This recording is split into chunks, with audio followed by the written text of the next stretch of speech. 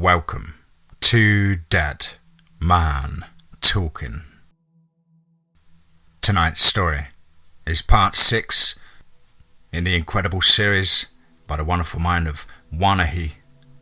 As ever, please do let us know what you thought down below in the comments box. Please do like and share. It really does help build the channel and our community further. And why not hashtag TeamFEAR and DMT's Cryptid crew. And so, with that aside, let's get into tonight's story, entitled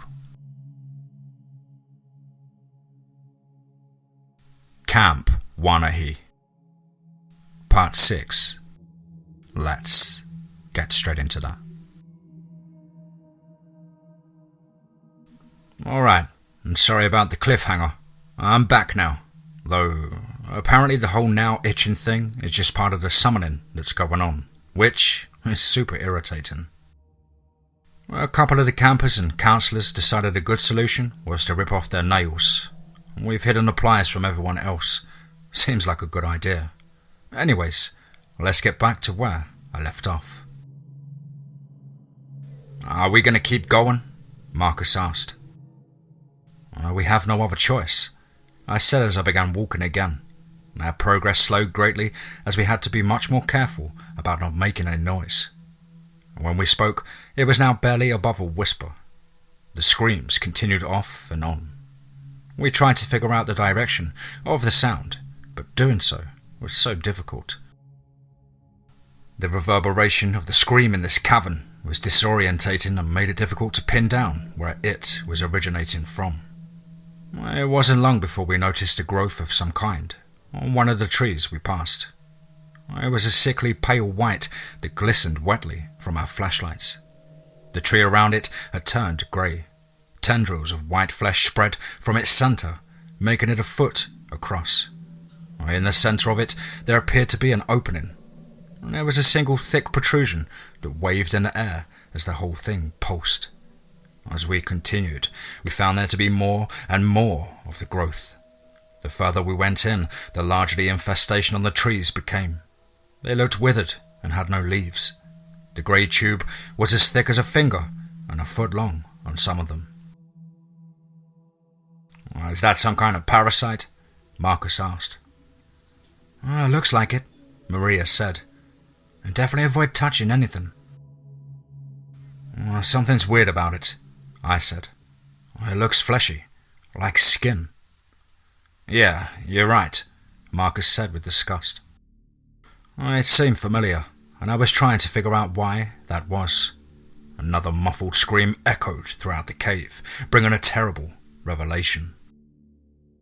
It looks like the skin on the faceless. Shit, Marcus said. You're right. Did we finally find where she lives? Maria asked. No one our luck, probably, I said. Come on. We made our way much more carefully, having to avoid disturbing the growths and tentacles as we made our way deeper into the increasingly infested forest. We didn't get too far before Maria spoke up. Hey guys, you might want to check this out. We turned to see what she had noticed. The light illuminated a body a few yards away. I had no idea how old the body was, but it did not seem to be decomposing. It was face down and looked to be a male. The parasitic growth had begun to take over the body, having covered the legs and partway up to the torso. The feet had begun to resemble the faceless, only making the toes appear slightly longer. I noticed a pile of what looked like clothing next to him. It's been bringing people back here, Maria said. And some clothing was crumpled in a pile nearby. I grabbed the pants and found a wallet in it, which I began looking through. I found a ticket to a Rolling Stones concert from 1975 and the driver's license. His name was Jeremy Bell. He was born in 1950. Looks like he came here some time after 75, I said. I don't know when he died, but he doesn't look to be 70 years old, and I'd say he was in his mid to late 20s. Somehow, he has been preserved while the parasite takes over his body. The legs lurched towards me, and I fell on my ass at a sudden movement, and the others both gasped in shock. The fleshy growth along the body shifted and amassed into a bulge where a mouth formed. A grey, tube-like tongue emerged and licked at the air. It seemed to not be in full control of the body, yet it was only able to flail the legs. The sound of the limbs hitting the ground was sickening in the silence. I gathered my crutch and stood up. It's possible we might be dealing with more than one faceless, I said with a sigh. I turned to start walking again when the three of us were caught in a bright beam of a light, followed by the distant sound of a shotgun being cocked. "Can I help you?" I asked in my best customer service voice while holding my one hand up. I want to reiterate, I don't end up at gunpoint very often. It's been twice today. "I knew you were in over your head, Carl," the new arrival said in a gravelly voice. "Thought I'd come and pull your ass out of trouble." I recognized that voice immediately. "Holy shit, Coot, is that you?" I turned my light to him, and sure enough, there he was. Grey hair, wiry muscles, shit-eating grin and all. The shotgun was new, though. "Coot," Marcus said with relief. "Wait, who are you?" Maria asked. I turned to she was looking at everyone, becoming more frightened. "Where am I?" "Oh shit," I said. "Marcus, you got it?" "Yeah." I heard him start talking softly to Maria. I made my way over to Coot. He looked the same as he had when I last saw him. Leathery tanned face, a grey and white beard kept tight and trimmed, and a persistent, no bullshit look. "What's wrong with her?" he asked. "We're too far from Wanahee," I said softly. "She keeps forgetting since this morning. We keep on getting her back, but it's happening faster." "Damn, and in the middle of all of this? Well, this shit show just keeps getting better and better." Coot slung the shotgun over his shoulder. "Is he having the same problem?" I shook my head. Marcus was here before as a camper and remembered Wanahee after he left. Remembered a chuckler. How it killed one boy and you found the other. "No shit, that's Marcus?" he asked. You remember him?" And Coot nodded. "And his friend Ricky. I remember the ones who got the real Wanahee experience." "It's too bad you didn't retire sooner then."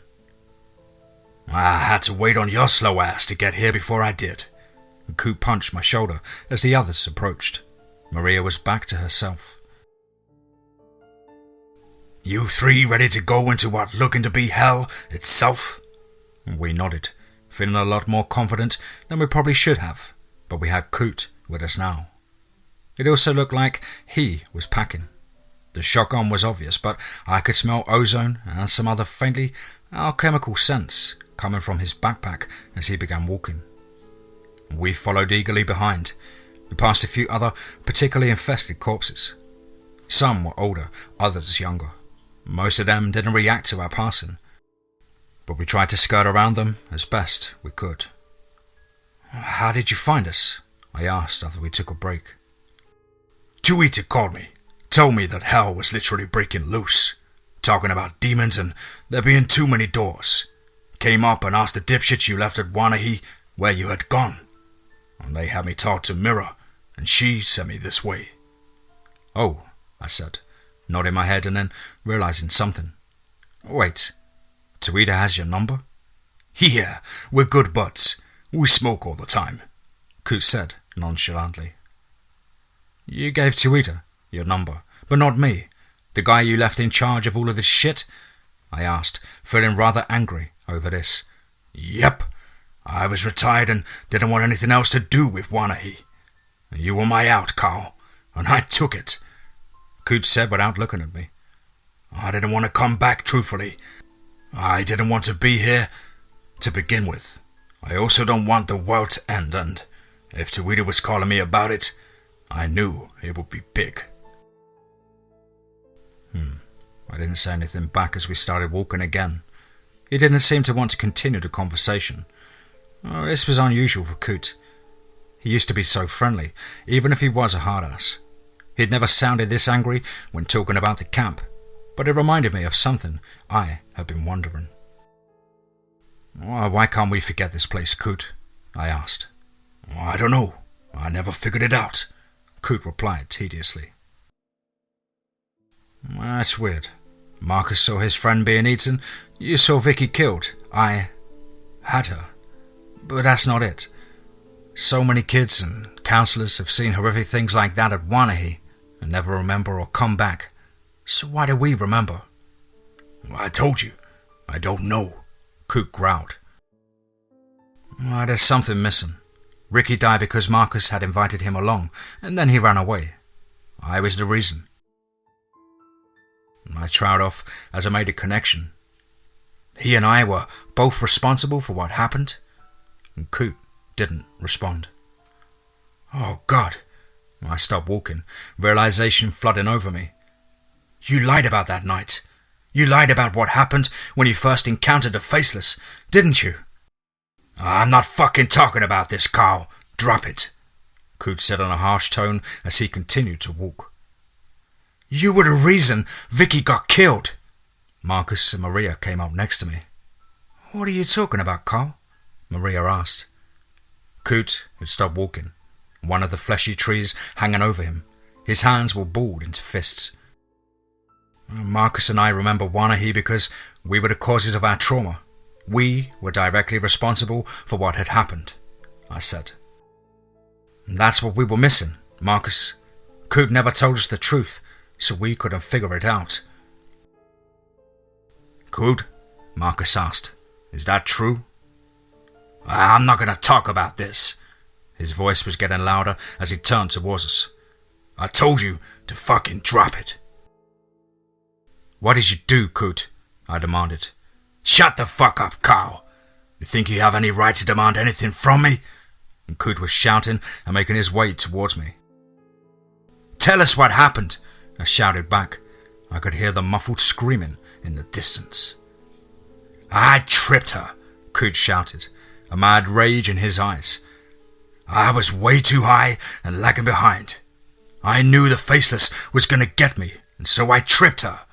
No one else saw, and if they did, they never said a goddamn thing about it. Someone had wanted to go back out for her, but most of us kept them back.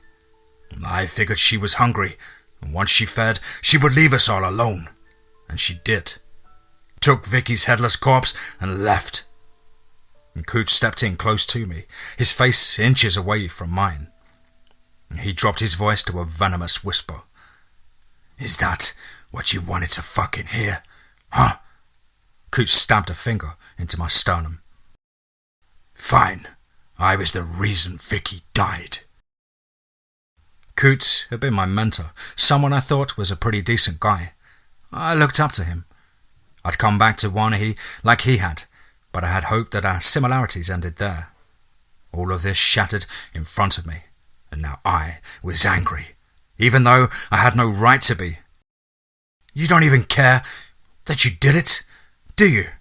I spat back. You just went on living your life here, pretending to be a hero too. And Coot punched me across the jaw, and my vision flashed white as I fell to the ground.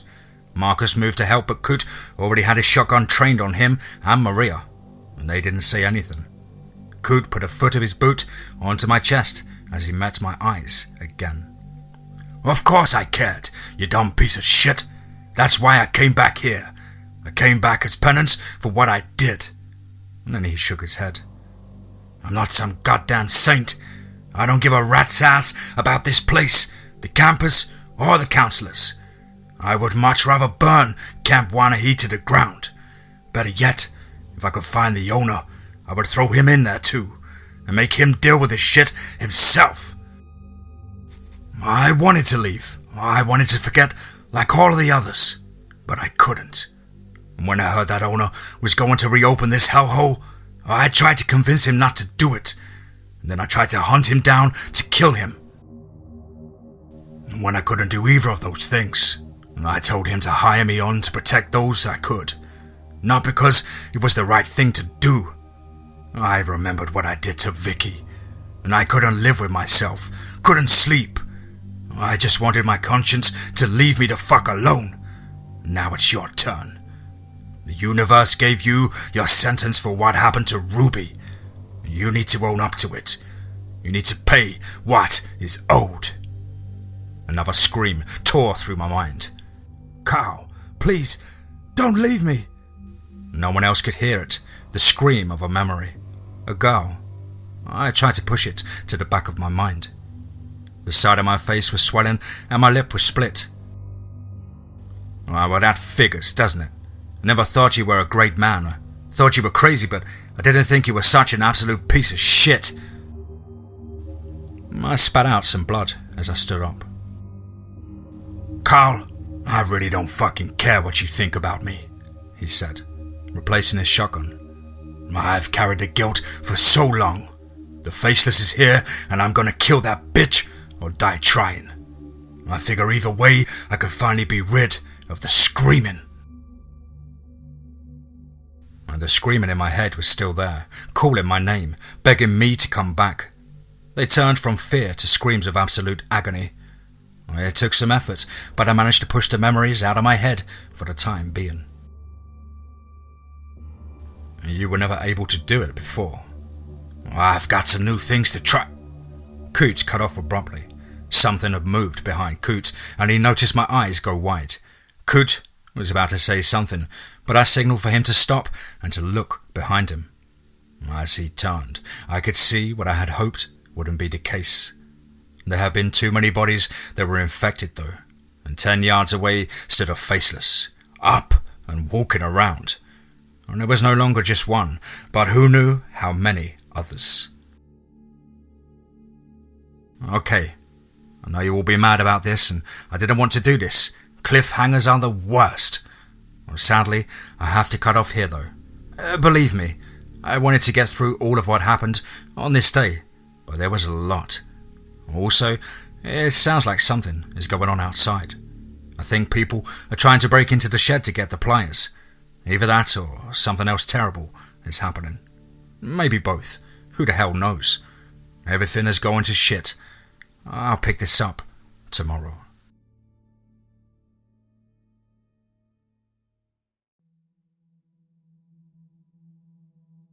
Camp Wanahee, Part 7. Let's get straight into that. Hey everyone. So, I've had to give the pliers to John McCain. Everyone who still has their nails, including myself, find their presence just a little too enticing. He still wouldn't give me back the axe, which peeves me off. He and Tuita seem to get along really well, though. They spend a lot of time hotboxing, and so I guess that's a silver lining at the end of the world. Anyways, back to where we left off.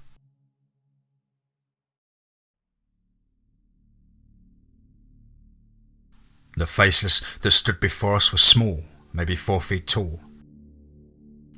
I knew immediately after all I had seen, this was almost certainly a kid who had undergone this transformation. It had the telltale other features, the longer digits, the skeletal frame, and the features covered with skin. There was something wrong though. As we stood there, seconds stretching to hours, as adrenaline flooded my brain, I realized what it was. The screaming continued elsewhere in the cave, but this Faceless didn't make a noise at all. It didn't scream. It didn't breathe. The slight twitching of its fingers were all that moved as it stood there. The mouth of the parasite quivered. I could see the grey of its tongue writhe against the stomach before it slithered down, the lips stretching out. I could hear the slime that dripped and dropped from it, pattering on the ground, even from this distance. The tongue began to move through the air as the creature started moving towards us. I saw light flashing on and off rapidly to our right, where Maria was pointing her light. I turned to see what was going on, and my blood grew cold. There was a second Faceless moving in our direction. This was a larger one than the other, larger than the Faceless we had known before. Whoever the parasite had taken control of had to have been immense. easily over 7 feet tall. It had to hunch over as it moved forward to avoid the branches, which gave it a terribly predatory look. Its tongue was out, waving and tapping off the trees as it moved towards us, and we'd been too loud, and it was starting to look like that had been a fatal mistake. Letting our emotions get the better of us, we had drawn a couple of them here. I saw Coot slowly reach for his shotgun again. Marcus had pulled out the dagger, and I had turned to face the larger of the two. We began backing up as quietly as we possibly could. We had no way of knowing if anything we had would kill these things before they had a chance to eviscerate us. My mind screamed at me to run away, and I knew that that was a stupid idea. And they would chase me down easily, but there was no way that we could win. Coot had found time and time again that no magical eldritch or alchemical equipment that he could get his hands on before would stop the original faceless. I doubted what he had now would do anything at all. We couldn't fight this fight. Maria held the rifle, aiming between the two, trying to figure out which would be the best target. As soon as someone did anything, it would be the end. They were too close. And even being as quiet as possible still made a noise. They were getting closer. If we ran, they would chase us, and there would be no way we could lose them in the silent cavern.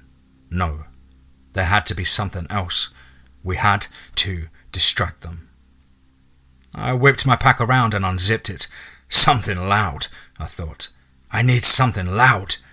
And then I found it. A mason jar of clear liquid. I turned and chucked the moonshine as far as I could to the right, managing to hit an infested tree about 30 feet away. The two faceless immediately spun around and took off in that direction in a disturbingly silent frenzy. The clacking of their bony feet receded with them. The other three stood in shocked silence as I shouldered my pack. "Go!" I hissed at them. We began moving quickly ahead, trying to get as much distance as possible while they were distracted. We began checking our surroundings much more carefully as we went, not wanting to come across any other quiet ones. The screaming of the original faceless echoed through the cavern.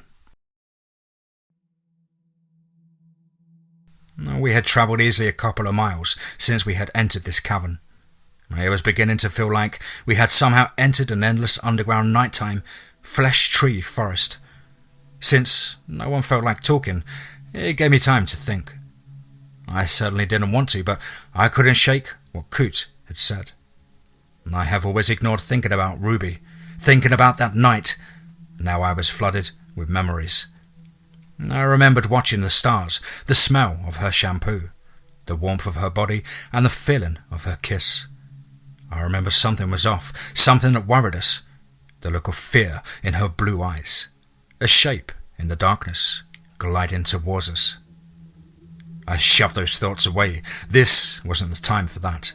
Coot was right. I needed to face it, but I couldn't do it right now. I could feel the memories clawing, wishing to run wild in my mind, to claim it as their own.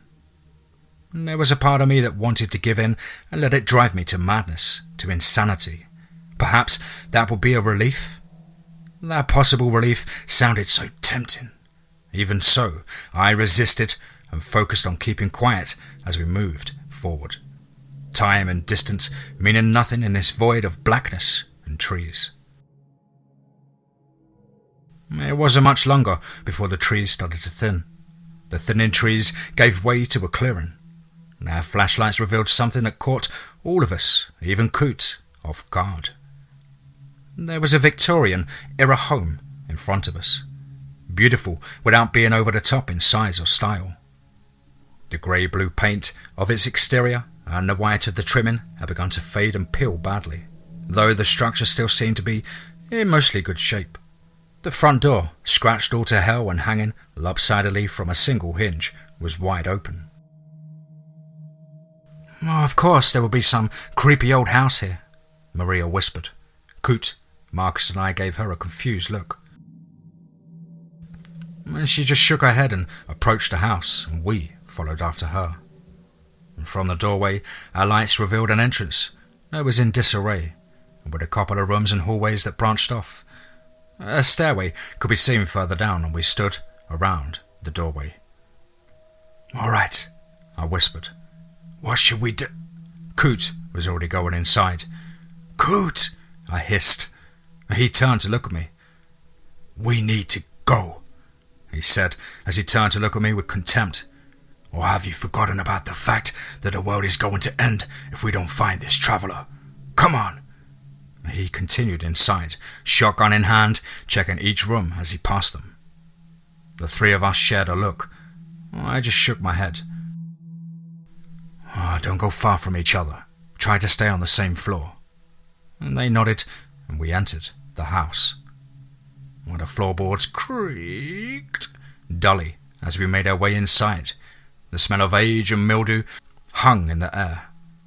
Most of the furniture and decorations in the rooms we passed were strewn about in various stages of disrepair. Claw marks stretched across walls and furniture. Broken glass and knickknacks covered the floor. The place looked like it had been nice once, but age and the facelesses had taken a toll on it. This was all incredibly disappointing. It looked to be a normal house. Sure, it was in a weird-as-hell place, but there was nothing that screamed, "A trans-dimensional being lives here." Aside from the very old furnishing and decor, it was just a house. I sighed as I made my way up the stairs, figuring that there wouldn't be anything else worth noting up here, perhaps just a bedroom or two. I didn't know where Coot had gone. I assumed he had likely found a basement of some sort. I didn't much care at this point. If he wanted to go off by himself and die, then that was fine by me. Now the landing revealed several rooms, one being a bedroom as destroyed as the rest of the place. And there was another room that appeared to have been a reading room of some sort, judging by the destroyed chairs and books. The room at the end of the hallway, however, quickly drew my attention. The door was closed, and the sheer number of scratches on the door and walls surrounding it was excessive. Everything was so torn up that I was amazed the door was still in one piece. I went up and tried to push on it, but it didn't budge at all. That was surprising, given how much of it had been torn away. I figured a stiff breeze would have made it fall to pieces. Having no better option, and against my better judgment of opening an ominous door, I tried the doorknob, but it wouldn't move. It was then that I felt what I can only describe as some sort of presence within it. Like it was alive. Touching it caused us to become connected in some way. I had this weird feeling of vertigo as I could sense the presence in my mind. I heard nothing but got the sense that the presence was verifying that I was not a faceless or any other dimensional being. I got an impression of approval from the doorknob, and I heard a soft click. I turned the knob again, and the door opened. The walls were lined with shelves that had various books and objects covered in dust. A large hutch stood behind a stately-looking desk. The glass of the hutch was obscured by dust, and so I wiped it away from one of the windows with a shirt sleeve. Inside, I saw glass vials filled with various liquids, the skull of some small creatures with fangs and curving horns, a sphere that glowed a dull blue, and other things I couldn't really identify. Maria and Marcus came in a few moments later. "Whoa," I heard Marcus whisper. "Was this her study?" "It looks like it. I think the answers we want are in here," I said, scanning the shelves. Maria walked up to the desk. It had an old lamp on it, a few writing implements and a couple of books, and one of them grabbed her attention. It was a simple leather book, no ornamentation, no gilding, not even a title. The way that it was placed right in the middle of the desk, however, made it stand out from the others. She came around and sat in the chair, opening the book and flipping through its pages. The writing in it was impressively neat. "It's a journal," Maria said quietly. Oh, that's great," Marcus said as he came over from one of the shelves. "Maybe it will tell us what happened to her. Go to the end. Read the last entry." Maria nodded and began flipping through. The handwriting began to get sloppier as we continued. We made it to the blank pages and backed up to where the last entry started. The handwriting was nothing like it had been before. It looked like they had stopped caring and were just rushing to get their words out. It took us a minute to decipher the words. May 27th, 1911. I have been unsuccessful in stopping the infection. I have lost complete use of my legs. It has spread to my elbow of my right arm, and it's making its way up to my neck. I now have to write with my left, as my right arm has difficulty moving as it should. The infection fights against me. I have had to crawl wherever I go now, as it will refuse to let me use my legs. I haven't left my home in years. I can feel my muscles atrophying. My feet burn as well. I believe that the parasite is consuming the flesh there, or atrophying it rapidly in some way. Hard to tell. I have tried everything I know to kill this thing. It has taken nearly 15 years for it to get to this point, but nothing has stopped it. Even the plane I contracted it from had no way of fighting it, and none of the people I have contacted brought anything I could use. I don't know what to do now. It has increased how quickly it spreads. I suspect I have maybe a month left before I will have next to no control of my body. I have always been scared of death, but now I am faced with two options. I can continue to live my life, but as a slave to this parasite in hopes that someone might be able to kill it and free me from it. Or I can end my life now. Regardless, my body will still be used by it. Others may come to find me. I hope they stay far away. And to whoever finds this book, I hope you find a way to end this. Good luck.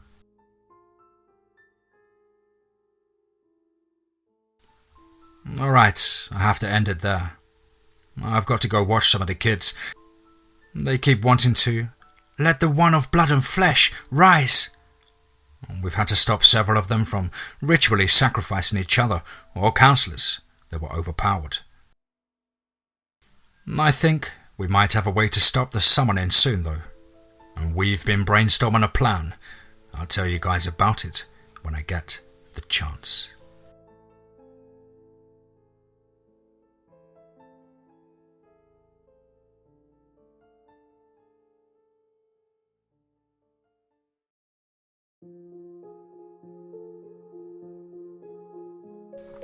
Wow, wow, wow, wow.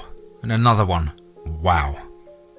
As always, absolutely riveting, mysterious and thought-provoking tapestry of horror there from the wonderful mind of Wanahee. As ever guys, please do take time to head over to Reddit, of which I'll leave the link to in the description box below. Smash an upvote and possibly leave a nice comment for Wanahee, thanking him for his incredible pen work and entertainment.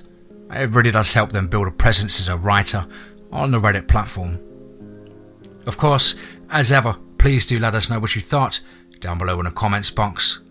Please do like and share. It really does help build the channel and our community further. And why not hashtag TeamFEAR and DMT's Cryptid crew. Of course, if you want to have a crack at the writing game, or possibly have a story that you want to get out onto a established platform, please do get in touch with myself at the usual email on screen, which is dmtforestofear@gmail.com. Feeling my energy coming back slowly and surely guys, after a rocky few weeks and a bit of a shock this week. Once again, thank you all so much from the bottom of my heart for the kind messages, condolences and well wishes. And so looking forward to getting stuck in and knocking out lots and lots of new content. Of course, as ever, a huge thank you to my friends and writers, and of course yourselves at home. None of this would be possible without you guys, and the journey's all the more better with you guys involved. As ever guys, I hope you're all well and happy and keeping fit and focused, but above all, remember, be safe, not sorry.